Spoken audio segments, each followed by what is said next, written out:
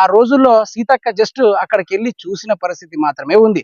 మరి ఈ రోజు కాంగ్రెస్ ప్రభుత్వము పూర్తి స్థాయిలో లక్షలాది ఎకరాలకు నీళ్లు అందించే కాళేశ్వరం ప్రాజెక్ట్ మీద ఇంత ఇంత జస్ట్ క్రాక్ వస్తే దాన్ని పదే పదే చూపించుకుంటూ ప్రభుత్వం మీద దొంగ మాటలు మాట్లాడి ప్రభుత్వాన్ని ముందుకు నడిపేయడానికి 5 నెలలు టైం పాస్ చేసేసి ప్రభుత్వాన్ని ముందుకు నడిపారు.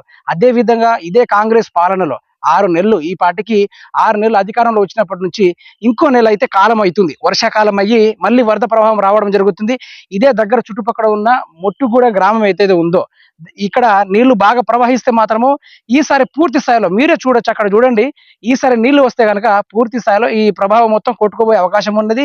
మళ్ళీ ఈ దగ్గర దగ్గర 3 నెలల దాకా ప్రవాహం చేసే అవకాశం ఉంటది. ఇలా ఉండడం వల్ల దగ్గరలో ఉన్న ప్రజలకు తిండి కూడా దొరకని పరిస్థితి. మరి సీతక్క ముచ్చట పరంగా చూసుకుంటే మాత్రము నేను ఇంత కష్టపడ్డాను, కేసీఆర్ ప్రభుత్వం నాకేం సహకరించలేదు అన్నట్టుగా మాట్లాడింది.